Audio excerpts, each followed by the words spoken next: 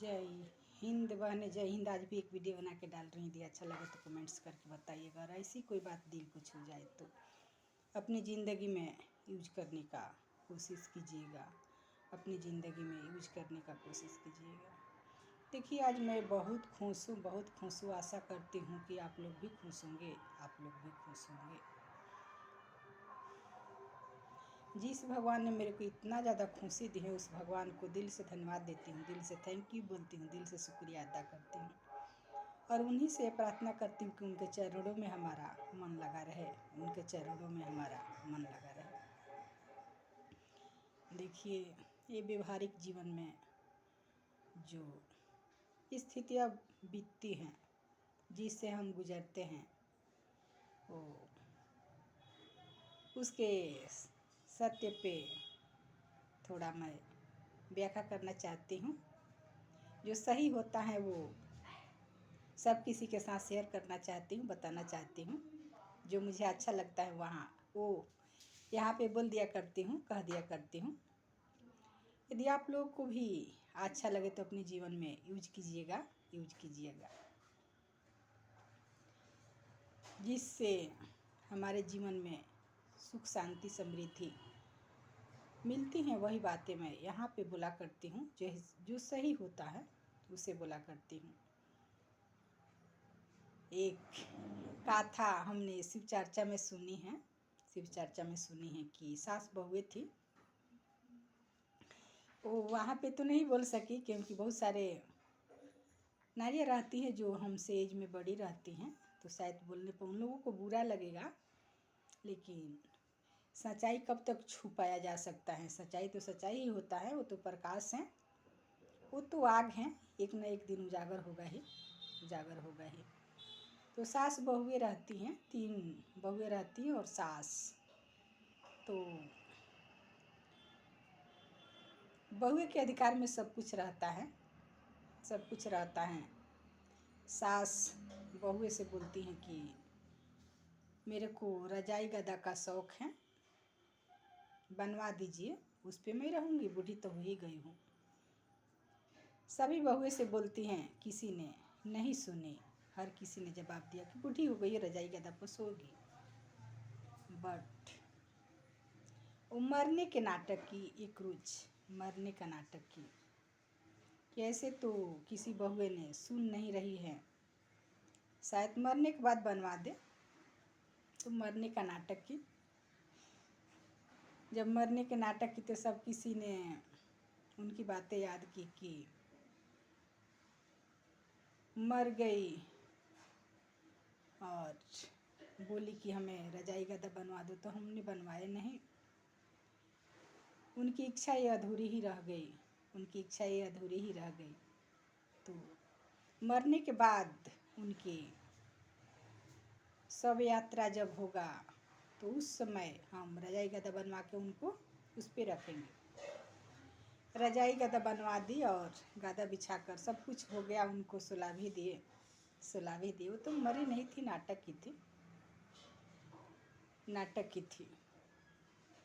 जब शव यात्रा के लिए लोगों ने लेकर जाने लगे, शव यात्रा के लिए लोगों ने लेकर जाने लगे तो सब किसी ने बोल रहे थे राम नाम सत हैं, और वो बूढ़ी माँ बोल रही थी रजाई गदा मस्त हैं, रजाई गदा मस्त हैं।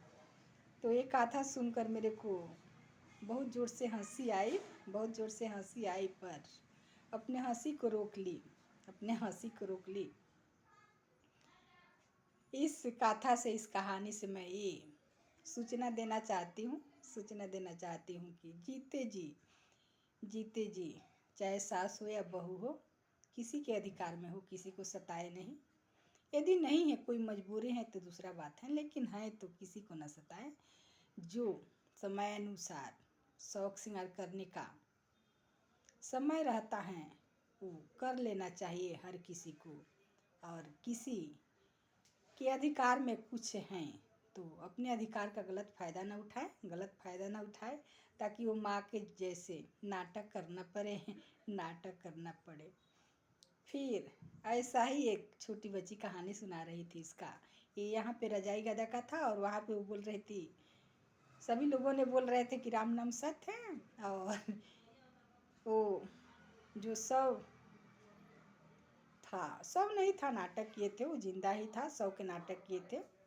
वो बोल रहे थे हलवा पूड़ी मस्त हैं। तो भाई जिस किसी की इच्छा है, यदि अच्छा है तो उसको पूरा कीजिए। कोई मजबूरी है तो कोई बात नहीं, और नहीं मजबूरी नहीं है तो किसी को सताए नहीं, अपने अधिकार को फ़ायदा न उठाएं, और मेल मेल मिलाप से सभी रहे। चाहे सास हो या बहू, हर किसी को मरना है।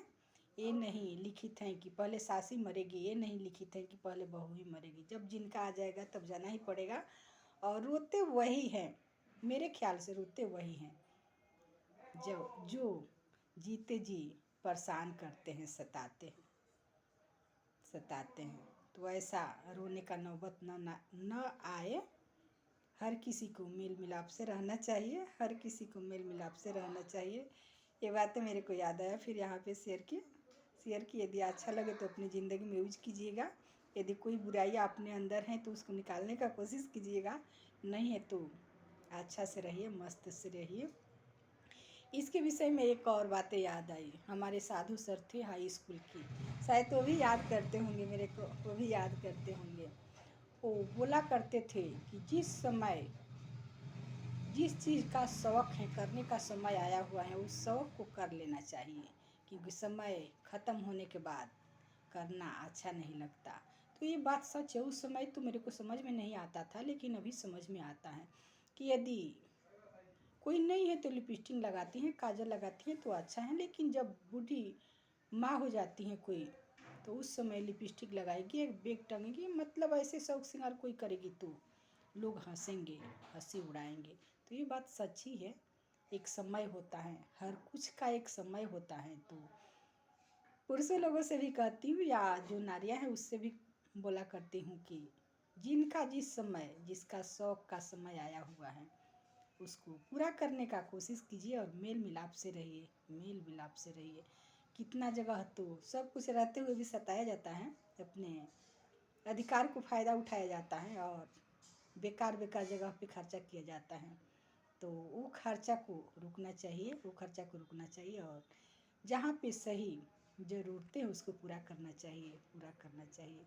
जय हिंद, जय हिंद। वीडियो थोड़ा लंबा हो गया, पता नहीं लोड होगा या नहीं होगा, फिर भी चलो, जय हिंद, जय हिंद।